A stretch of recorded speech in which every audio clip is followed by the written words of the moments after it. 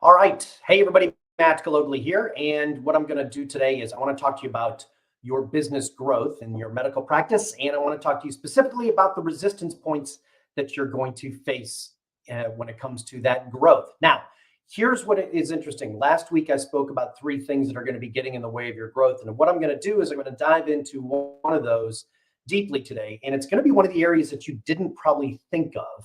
And that's going to be your staff. Now, over the last month, ever since I've released my book, The Anatomy of a Seven-Figure Medical Practice, I've been having lots of conversations with practice owners across the US. And the really interesting thing is that I've had quite a few practice owners who are right at the seven-figure mark, the $1 million mark, call me and book one-on-one consultations with me. And in every single one of those instances, and in the same thing with clients of mine who have gone from startup to being right at the seven-figure mark, the number one resistance point that they face to growth is their staff. Okay. Now, let me explain. Now, I'm not anti-staff. I'm not anti-employees by any stretch of the imagination, but let me just paint the scenario to you. You generally can get your growth from startup or $500,000 all the way up to $1 million just based on your pure effort. Okay. That usually looks like you working 6 days a week, 12 to 16 hours a day, putting in all this effort, handling all the tasks. Getting a couple of key employees in place, right? Like having a really good bookkeeper and somebody who's works the phones up front and somebody who really just kind of gets it done from the med tech standpoint. But the reality is that they're actually impeding your growth. And here's why. When you start to grow, you have to start creating systems. Most people just, when they start to grow, what they do is, again, they just do effort. They don't really think about systems. They think, oh, I'm going to get that done later. Or if they do have systems, what they have is they have a really kind of a loose confederation, and it's usually a verbal communication with regards to what needs to be done. That's fine if it's you and 2 or 3 other people. But once you start to go beyond 6, 7, 8 people, it becomes very hard to do what I call hallway mentoring, which is where when you're walking from one patient room to the other, you say, hey, from here on out, what I want you to do is I want you to do blah, blah, blah, blah, blah. Okay. That doesn't work once you start to get a lot of staff because you wind up telling one person, but not the other. So when you start to get ready to grow, you need to start systematizing everything, which means you need to start putting everything down on paper, and you need to start having checklists of how everything is done. You have to have one way, not 3 ways, to be able to accomplish a task. Okay.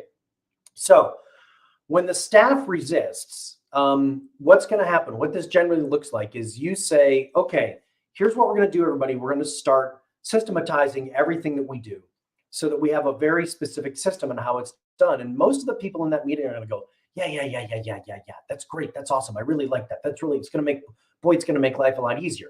The problem comes in is when you start to create it, because the problem then is you have a way that you do it and your staff member might have a way that they do it, and they're not the same, and the conflict begins. Okay. So that's going to create the resistance. They're going to say, yeah, I think that's great to create these systems and how to do things. But the reality is they don't want systems.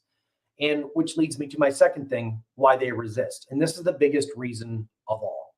When people come to work with a startup and they don't have benefits and they don't have healthcare and they don't have all these other things, in their heart, they're really a couple of things. One, they're entrepreneurs or want to be entrepreneurs. Okay. There's a lot of people that like to fly close to the flame of being the entrepreneur without taking all the risks. They actually think like they're taking all the risk, but we know that they're not. But these people like to be flying near the flame of the entrepreneurial ride. And quite frankly, they kind of sort of hope that maybe they'll get like to own 5% of it or 10% of it, which for them is like a huge deal. Okay. What they really want is they want to own something without actually putting the money in, right? They want to have the sweat equity. Now, I'm perfectly fine with sweat equity in certain situations, but the reality, what I want you to understand is this is the way that they're thinking. Okay. So one, they resist because they came on board because they wanted to be an entrepreneur.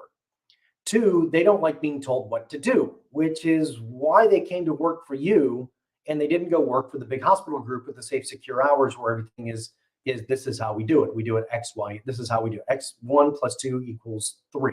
Okay. So you have to understand that all of a sudden you're changing something on them that they didn't think they were ever going to have to deal with.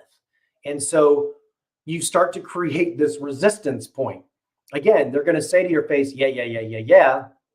And a lot of times what happens is they're not going to follow the systems. Or they're going to say, well, I think the system should be this way, and this is the way I do it, and I want it this way, and this is how I think it should be done, versus what's in the best interest of the team, right? So the staff generally, you're going to have staff members that resist. Now, not all are going to resist, right? You're going to have a couple that resist, but you're not going to have a full out mutiny. I don't want you to think that you're going to have mutiny. Okay. The other thing is the reason why you're going to get resistance is people that work for you from the startup phase is they really don't want to have rules that they have to follow on how to do things. The other thing is they're closet entrepreneurs. And then the last thing is that I think I said, and I just said this before, they don't like being told what to do. They want to tell other people what to do, which is kind of a very common entrepreneurial trait. I'm kind of that way. All right. So what do you do about this? Okay. So let's talk about what to do about this, because this is the most important thing. When you started your practice and you started on this venture, you have something in your head. Maybe you wrote it down on paper. Maybe you did something like that. But for most people, they have like a sheet of paper somewhere that they wrote down of what they wanted to do, how they wanted to do it. And they just had this vision in their head, and then they just went out and they started the practice. But what they don't do is they don't really take the time to build out their vision and their values. Now, when somebody starts to work with me in Private Client Group, I require them to get this book, Vivid Vision by Cameron Herold. Cameron, if you are watching, I'll post this on your Facebook page. Big shout out to you. Great book. This is The Entrepreneurial Dream. Look at how thin that baby is. Okay. Really, really easy. And when it comes to starting everything, you can really just read the first two chunks, which is like the first 60 pages, and boom, you're ready to go. Okay. Now, what I do is I have some supplemental video training that I take my private client group folks through. And then on top of it, I send them an example of what I do and all that good stuff. But here's why this is really important. The vision is important. What's more important are the values of your organization. This is the game changer. Okay. And my friend and mentor, Rob Berkeley, taught me this many, many years ago. And he taught me a tool called the Values Oil Change, which I have all of my top clients utilize. Okay. And this is a major game changer. So let's start with the values. The values of the organization are going to dictate everything that you do. Okay. Now, in my clinics, we didn't learn this until, guess what? We got to about $1.5 million a year, and we were having a resistance point with growing, and we wanted to add a second location. And all I could think of is what a nightmare this was going to be, because we didn't have everybody on the same page. Now, I tried creating standard operating procedures, but the problem is that nobody was following them. Okay. This solves the problem, is the values. So what we did is I took my manager, top leaders, my doctor, everybody, and I put them in a room for a day. And what we did is we spent literally 4 or 5 hours going through the values of our organization. We came up with 4 values that were critical to our organization. Now, those values were reliability, accuracy, teamwork, and enthusiasm. And I'll start with the last one. This was actually brought up by my business partner. I thought it was a really, really good one. And that is, you want people that are enthusiastic about what you do. We used to joke that if you don't have a passion about great sex, you're probably not going to do a very good job here. You're probably not going to like working at the Carolina Men's Clinic or the Raleigh Clinic for Men. Okay. You're just not. Because if you have an issue with sex or you don't love great sex, and then we kind of always used to joke that, we're in the erection business, and then we kind of morph that into others. But anyway, the whole thing is that you had to be passionate about great sex. If you weren't passionate about great sex, you weren't going to enjoy working there. You had to be very enthusiastic about people being able to have great sex again. The next thing was reliability. I'm a product of a father who was born in 1921, who survived the Great Depression, who served in World War II. Luckily, never had to go to battle, but was training for the invasion of Japan. Was a World War II Marine. My uncle served in the South Pacific from 42 to 46.